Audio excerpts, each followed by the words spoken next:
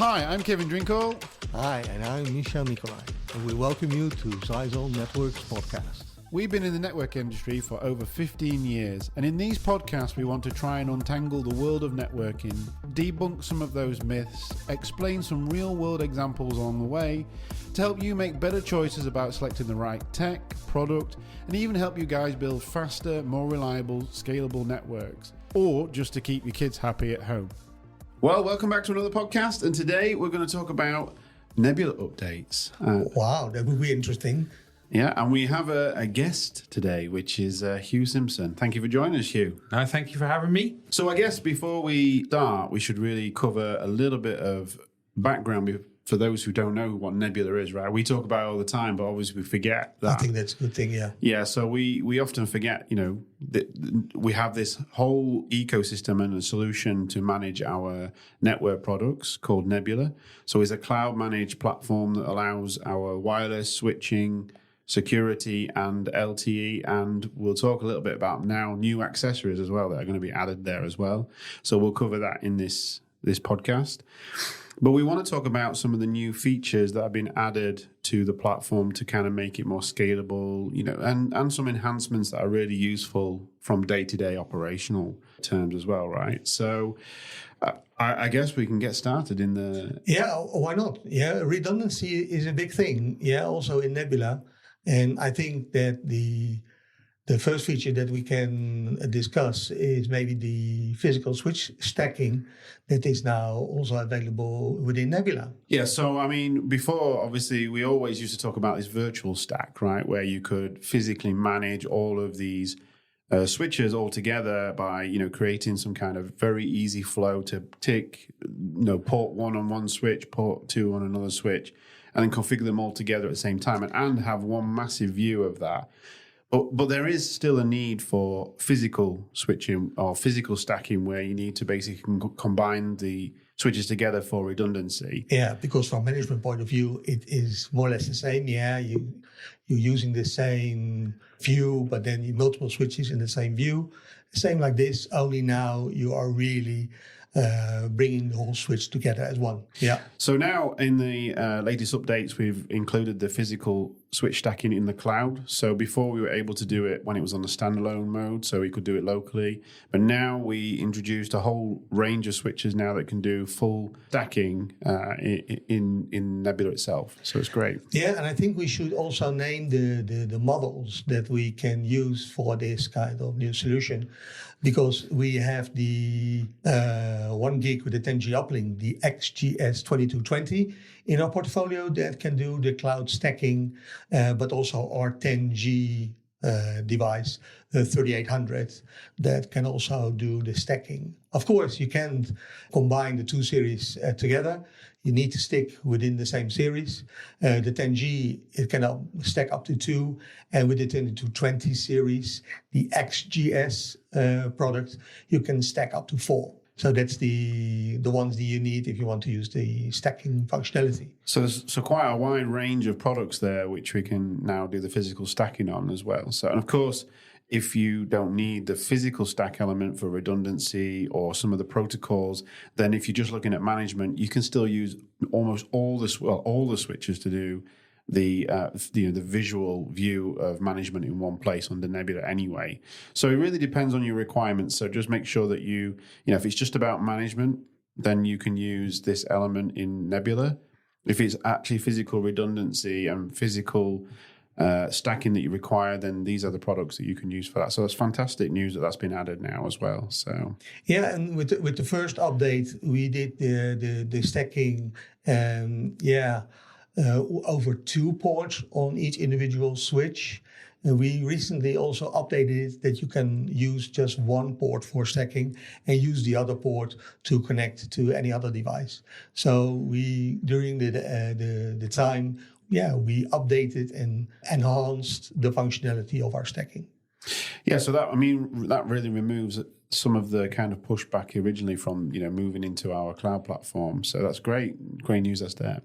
Some of the other features that we've added into Nebula recently as well, we added the cloud monitoring mode for firewalls, really useful feature for those who kind of want some management over firmware control and firewall itself, but want to keep it in a kind of standalone mode as well. So it kind of has a monitoring element, so you can add it into Nebula, but still access it securely via Nebula as well. So it's a really nice feature. Yeah, the big benefit, of course, Kevin, is that if you're running the device on premise and you want to move it into Nebula, then you need to reconfigure the device in Nebula.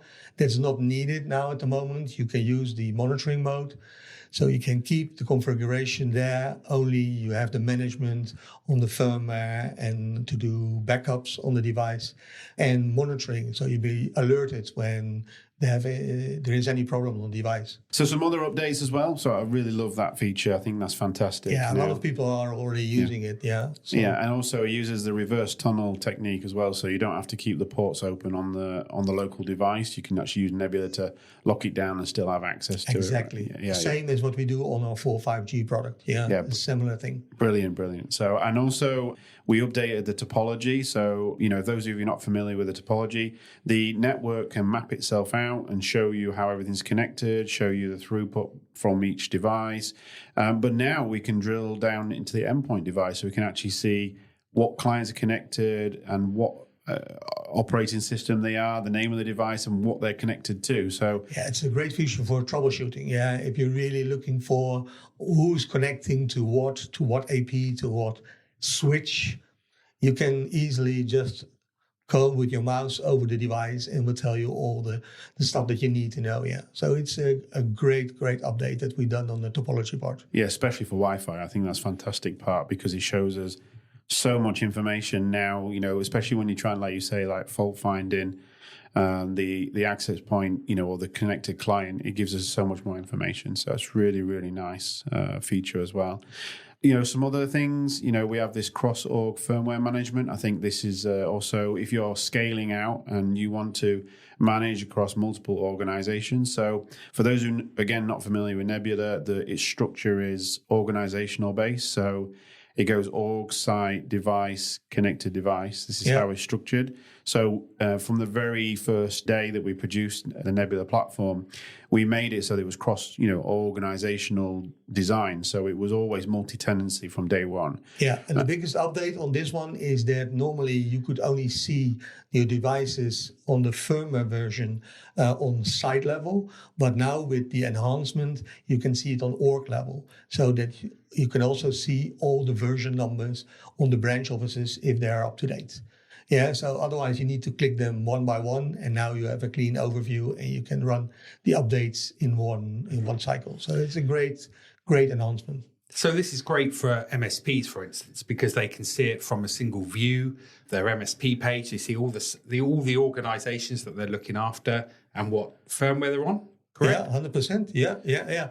And talking about MSP, you also now, when you buy the MSP pack, you can see all the firmware versions over all your organizations at the same time. So that is also something, especially for MSP, to consider, to look for the MSP pack. So, talking about MSP pack, maybe we should dive into a little bit more about what that actually is for those people who've never seen it before. Yeah, so the MSP pack is a service provider license, which gives you the ability to look at and see all of your organizations in one view. So it gives you a landing page for not only for you, but for your engineers, for your dashboards, etc., to look at. And then for, rather than diving into each organization, seeing which sites they are, seeing devices up and down, devices connected or not, all the alerts come into one central dashboard plane. And therefore you can then dive into those sites as required rather than having to monitor them on an individual basis. So also it gives you quite a bit of information, from that level as well, but also from a management of users, it's much, much easier as well, right? It looks like an umbrella over your organizations, yeah? Yes. Yeah, so much, much easier if you are like you said, Hugh, MSP, much easier to manage. So yeah, and one of the enhancements that we've created is the fact of where we're limited to licensing for base packs, plus packs, or pro packs, etc. We under the MSP license, those values, those number of accounts that are limited, no longer are. So you can basically have unlimited admins on all a base license or a plus license. Yeah, there was a big site. complaint from customers, that you can only have 5 administrators. And of course, as a big MSP, you probably have more administrators than 5. And then you needed to upgrade all your organizations to have more admins. And now, when purchasing the MSP pack, you have unlimited number of admins you can assign even to a base organization. I mean, that's one of the great things about, especially with our whole platform and the way that we've always operated is we take a lot of feedback from our customers and we try and find a way to make everything work, as best we can for customers. Obviously, we need to find a balance between license management and also what we can give away, right, or include as a part of our product. So I think this is a great enhancement as well and really solves a lot of the problems, especially when you start to scale up, you start to see these problems. Yeah, right? I think so. It's a big enhancement. Yeah. Yeah. So some of the other features that we also added was we start to delve into the realms of AI. So, it's a big buzzword. It's all over the place, but... but even we are using it now, So... I mean, we already have some AI controls already or features with our security. Wi-Fi also includes some AI and machine learning or ML, or there's lots of different terms now, right? So, but... basically, we've now started to embed some AI technology into the front end of Nebula to make it easier to access, and find things and be able to get to the places you need to within within the platform very easily. So many times people question, okay, where can I do this setting or this setting? You can go through the manual, of course, but now using the AI, we call it intent within Nebula, you can just phrase your question in there and give you some options where you can find and where you can do this setting into Nebula. And it's very fast and very convenient to use this. Yeah, it's super fast and really super convenient, etc. And just to be able to delve straight into from the answer straight into the configuration part is absolutely fantastic. And you won't be long before actually you start putting in configuration requests and it doing it for you. So we're certainly on the journey. Yeah, I think so. And I think it's a good start point. I think we made an excellent start or inroads into the AI, the interactive part at least, right? Of course, under the hood, we do a lot of the more machine learning AI element where it's understanding the network, making adjustments for you and stuff like that. So, of course, we have that bit, but the interaction between the engineer and the platform is improving dramatically. And I think, like you say, Hugh, we've only at the beginning of the journey. So we're putting new technology into our Nebula platform. Yeah, that's for sure. Yeah. So some other elements, we have the backup of the cloud functionality and restore, and updates. This is as a part of the MSP as well. Yeah, this is fantastic. In fact, we were one of the very first people to actually introduce kind of backup and restore function in switching to keep a kind of snapshot, etc. So we've extended that functionality even more as well, right? So, and we've also added a whole bunch of product support for new products, and I'll let Hugh explain, actually, I think, because you're the product guy, right? Yeah, I'm the product guy, yeah. So as new products come along, as we develop them from our R&D, we ultimately have to put them into our cloud platform, and that is done in alignment. So as we release new platforms, such as the new Wi-Fi 7 access point range, they are already going to be put into Nebula straight away. So we always give you that option. Of course, they can work standalone, but we always give you that option that they will also work in Nebula as the full suite. And one of the things that we do, we support well over 100 devices now within Nebula, different devices. So it's a great platform to have, and it's continually updated. Now, of course, it's Wi-Fi, it's security, it's switching, We have a new device coming along, a new accessory. Yeah, new accessory, yeah. Yeah, the PoE 12-3PD. I don't know whether it classifies quite as an accessory per se. Give you some background around it. It is a PoE powered device, so it is powered from a switch. And what it does is it takes that feed in, it takes that and extends that on. Okay, so it actually has 3 Ethernet devices can be connected to it and it supplies through. So you power the device with PoE++ and it passes PoE+ through. So it powers if I remember correctly in the kind of, the briefing documents, so it takes 60 watts in and can provide 45 watts output. So it has one in, so it essentially has 4 ports. It takes 1 port in to take it, and then it basically outputs. And my understanding is it can do PoE on all 3 ports, but obviously it needs to be with the budget. The budget is a 45 watt, right, available. Obviously, if you input lower power, then there's less power to go out. Yeah, I even learned that you can use it on the 30 watt even, but then you can only expect 15 watts on the output. Yeah, so that you need to be aware of. So it's an extender, and this can take you through. And again, I guess in the realms of it, it could be extended twice. You put 60 in, you get 45. You extend it again, you get another. You put 45 in, you get 30 out, etc. So again, it can be extended. So it takes that copper cable further.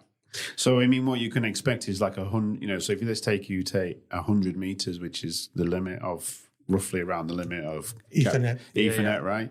And then you can take that and then you can basically extend that another with power, basically. Yes. And the unit itself is powered, But don't confuse the extender with the extended range that we offer 1350, because the 1350 extends the cable up to 250 meters, but it will reduce your speed on the wire. So if you don't want to have a reduction on the wire and extend your cable, then this new product is a product that you can use to extend your cable length up to 200. Yeah, also, I think with the design, also in a IP55 rated design, so it means they can go outdoors or indoors, right? So there are lots of scenarios where this is a very useful device, right? So yeah, the outdoor, the IP55 just means it can deal with harsher weather, for instance, temperature wise, and it can deal with rain. It just can't just be submerged in water or... Yeah. So, also a very nice new product there that we kind of introduced in this launch as well, right? So, and of course, it's Nebula managed. Yes. With some very basic functionality, but that's the whole idea of the accessory part. Yeah, right? you can monitor it and see how your things are connected. So, yeah. It's a great new accessory. So it's the 5th category that we brought into Nebula, next to wireless, switching, security, the LTE 4G routers, now also with the 5th category of accessories.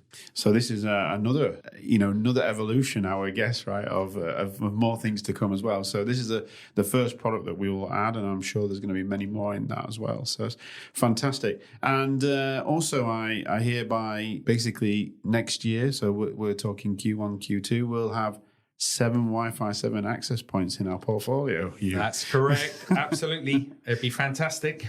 So, but we will cover the Wi-Fi a little bit more in a separate podcast. And also, one of the things I will mention is if you are interested in the Nebula part, we did do a whole introduction to Nebula in a nutshell in July 2023. Yeah, July last year, 2023. Yeah. And we also made an example how to use Nebula in an SMB environment. And we did that in July in 2024, this year. Oh, wow. so we have quite a bit of information there. So there's a few other podcasts that will delve deeper into the Nebula element, and also if you're interested in the switching and the Wi-Fi, there are other podcasts as well to cover that. So I think that's a lot of information already, right, for this podcast. So I think we can come to an end, right? Yeah, and close off and then up to the next podcast. So we welcome to you the next podcast. So thank you very much for joining.